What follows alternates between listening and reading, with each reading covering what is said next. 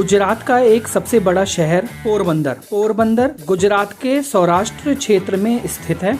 जब भी आप सोमनाथ और द्वारका घूमने आए तो आप पोरबंदर भी घूमने आ सकते हैं। पोरबंदर में सुदामा जी का एक मंदिर है और महात्मा गांधी जी का जन्म स्थान भी है। इस वीडियो में हम आपको पोरबंदर में सुदामा मंदिर घुमाएंगे, महात्मा गांधी जी का जन्म स्थल दिखाएंगे और पोरबंदर बीच भी घुमाएंगे। यह वीडियो आपको एज ए गाइड काम करेगी जब भी आप पोरबंदर घूमने आएंगे। पोरबंदर गुजरात की सभी सिटियों से वेल कनेक्टेड है। यहाँ पर एक बस स्टैंड भी है जहाँ से आपको गुजरात की सभी मेजर सिटियों से बस मिल जाएगी और पोरबंदर सिटी ट्रेन से भी वेल कनेक्टेड है। हमने सोमनाथ से बस पकड़कर पोरबंदर बस स्टैंड पे पहुंचे हैं। पोरबंदर बस स्टैंड से अब हम रेलवे स्टेशन जाएंगे। रेलवे स्टेशन पे हम अपना सामान जमा करके उसके बाद पोरबंदर सिटी को एक्सप्लोर करेंगे। पोरबंदर रेलवे स्टेशन पे सामान जमा करने के लिए व्यवस्था है, जहाँ पर आप सामान जमा करके हैसल फ्री होकर पोरबंदर सिटी को एक्सप्लोर कर सकते हैं। आप मेरे पीछे पोरबंदर का सामान घर देख रहे हैं। हमने अपना सारा सामान घर में जमा कर दिया है।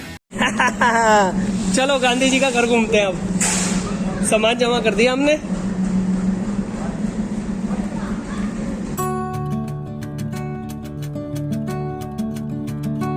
पोरबंदर में सामान जमा करने के बाद सबसे पहले हम सुदामा मंदिर चलेंगे। पोरबंदर रेलवे स्टेशन से बाहर निकलने के बाद यहाँ से हमने ऑटो कर लिया है। ऑटो 20 रुपए पर हेड लेकर आपको सुदामा मंदिर तक छोड़ देगा। रेलवे स्टेशन से 5 मिनट की ऑटो राइड लेके सुदामा मंदिर पहुंच गए हैं। चलिए अंदर चलते हैं और सुदामा मंदिर में दर्शन करते हैं। आगे चले जाना।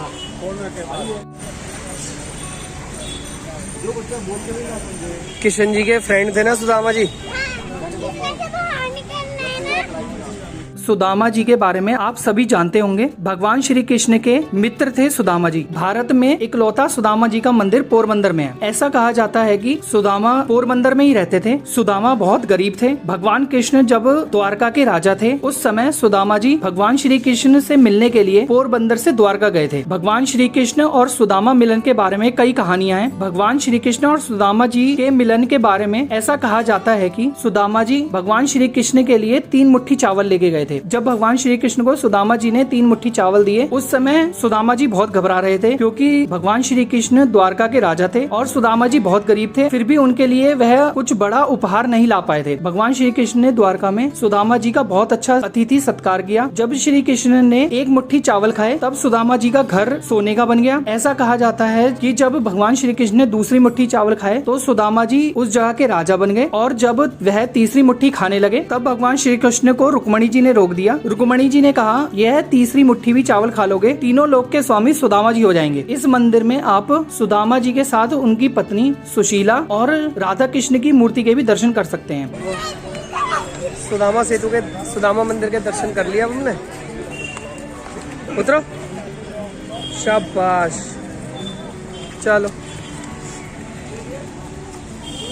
सुदामा मंदिर में श्री सुदामा 84 परिक्रमा भी है। ऐसा कहा जाता है कि इस परिक्रमा को भगवान श्री कृष्ण और सुदामा जी ने भी की थी। इस 84 परिक्रमा की महत्वता यह है कि यदि आप इस परिक्रमा को पूरा कर लेते हैं तो आपको 84,000 योनियों में जन्म लेने की आवश्यकता नहीं पड़ती, यानी कि आप 84,000 योनियों से मुक्त हो जाते हैं। जब भी आप सुदामा मंदिर आए तो यह सुदामा 84 परिक्रमा अवश्य करें।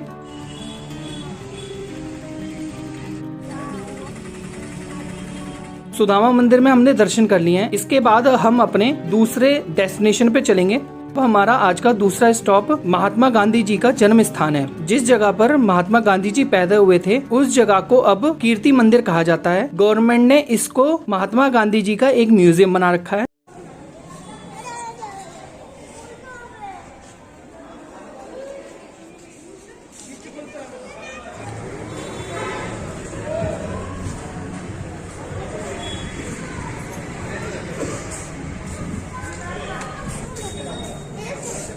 आओ।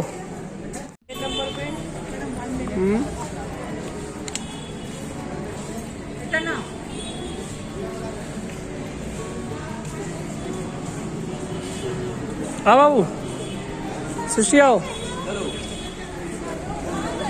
चलो अंदर चलो। ये गांधी जी का जन्म स्थल घुमाएंगे तुम्हें। एक छोटे से रूम में रहते थे गांधी जी।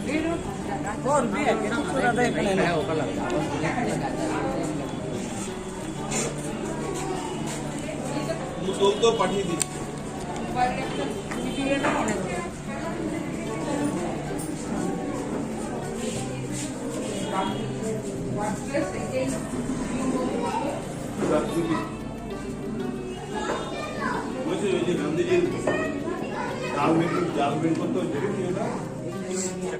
जिस जगह पर महात्मा गांधी जी का जन्म हुआ था उस कमरे में अब जाना अलाउड नहीं है। यहाँ पर एक बोर्ड से उस रास्ते को बंद कर रखा है। जिस रूम में महात्मा गांधी जी का जन्म हुआ था उस रूम को बंद कर रखा है। पर्यटकों को वहाँ जाने के अलाउड नहीं है। उस जगह को एक लकड़ी की बोर्ड से बंद कर रखा है और उस एरिया की फोटो खींचकर उस बोर्ड पर लगा रखी है। यहाँ से ऊपर जाके आपका बंद कर दिया ना, ये बंद कर रखा है यहाँ से।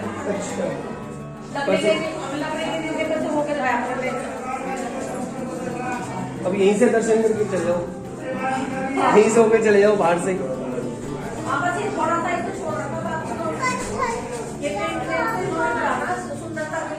बाद में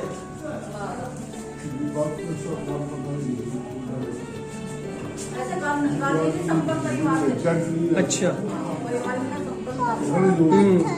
काफी विलायत पढ़ने गए, लंदन पढ़ने गए। इनके पिताजी वकील थे, ये खुद वकील बनने वहाँ गए, लंदन गए। तो उस टाइम पे अगर लंदन पढ़ने जा रहा है उनका बच्चा तो फैमिली तो रिच होनी होनी है। वही तो ये इनकी माता जी है मेरे ख्याल से।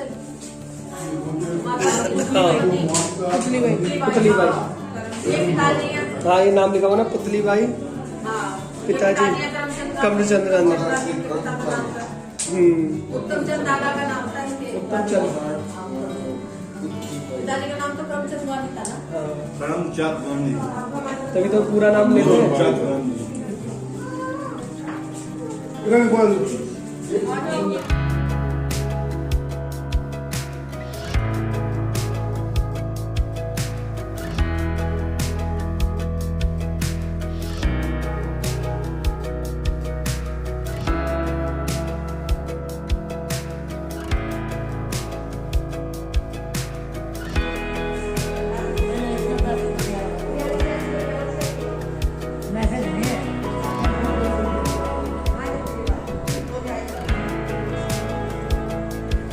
गांधी जी चरखा, तेरा चरखा गांधी जी।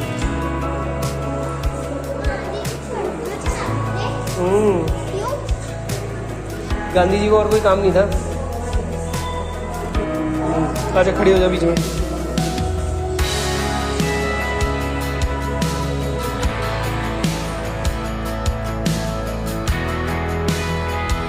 महात्मा गांधी जी से रिलेटेड कीर्ति मंदिर में आपको किताबें, सुवेनियर, गांधी जी की लाइफ से रिलेटेड सभी चीजें मिल जाएंगी। ये 220 का, ये घड़ी 250 की है। ये देखो ये 250 की ये घड़ी अच्छी लग रही है। ये घड़ी है ना, और ये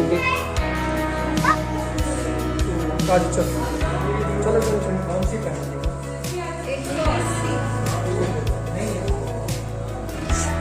इधर इधर इधर इधर इधर उधर सामने कस्तूरबा स्मारक। महात्मा गांधी जी के इस कीर्ति मंदिर के पीछे ही उनकी पत्नी कस्तूरबा गांधी का भी घर है, जिसे आप भी विजिट कर सकते हैं। उनकी वाइफ थी ना कस्तूरबा गांधी, उनका घर।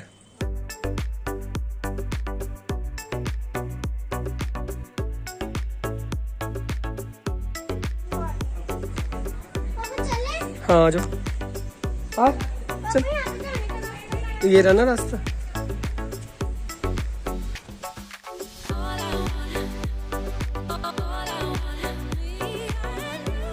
चलो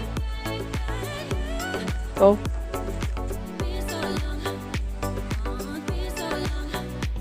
कस्तूरबा स्मारक को हमने विजिट कर लिया है। पता नहीं क्यों इस कस्तूरबा स्मारक में वीडियोग्राफी करनी अलाउड नहीं थी। कीर्ति मंदिर में आप आराम से वीडियोग्राफी कर सकते हैं, कोई दिक्कत नहीं है।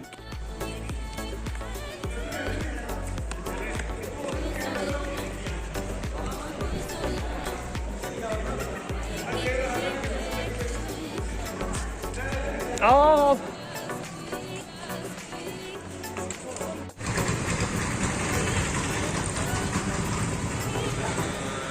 चलो।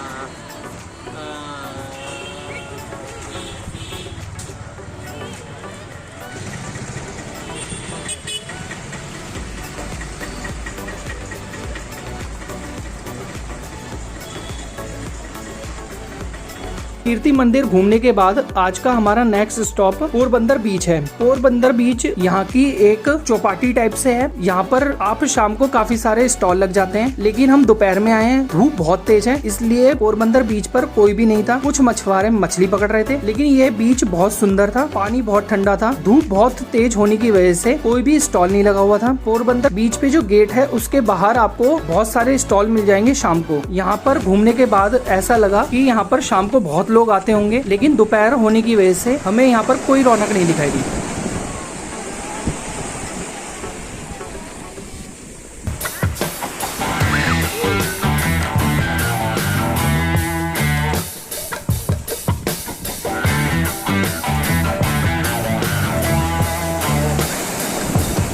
पोरबंदर बीच घूमने के बाद अब हम पोरबंदर रेलवे स्टेशन आ चुके हैं। पोरबंदर रेलवे स्टेशन से शाम 7:30 बजे की हमारी ट्रेन है, पोरबंदर मुजफ्फरनगर एक्सप्रेस। कुछ घंटे हमने पोरबंदर रेलवे स्टेशन पे ही आराम किया है। शाम की ट्रेन बोर्ड करने से पहले पोरबंदर रेलवे स्टेशन के बाहर ही एक रेस्टोरेंट है, वहाँ पर खाना खाने जा रहे हैं। जब भी आप पोरबंदर रेलवे स्टेशन में आए, अगर आपको गुजराती खाना खाना है तो इस रेस्टोरेंट में खाना खा सकते हैं। इस रेस्टोरेंट में हमने दोपहर में भी खाना खाया था, बहुत टेस्टी खाना था, इसलिए शाम का खाना खाने के लिए भी हम इसी रेस्टोरेंट में आए हैं। यहाँ पर 120 रुपए में अनलिमिटेड गुजराती फूड मिलता है। ये रेस्टोरेंट छोटा सा था, लेकिन खाना बहुत बढ़िया था। क्या करना है?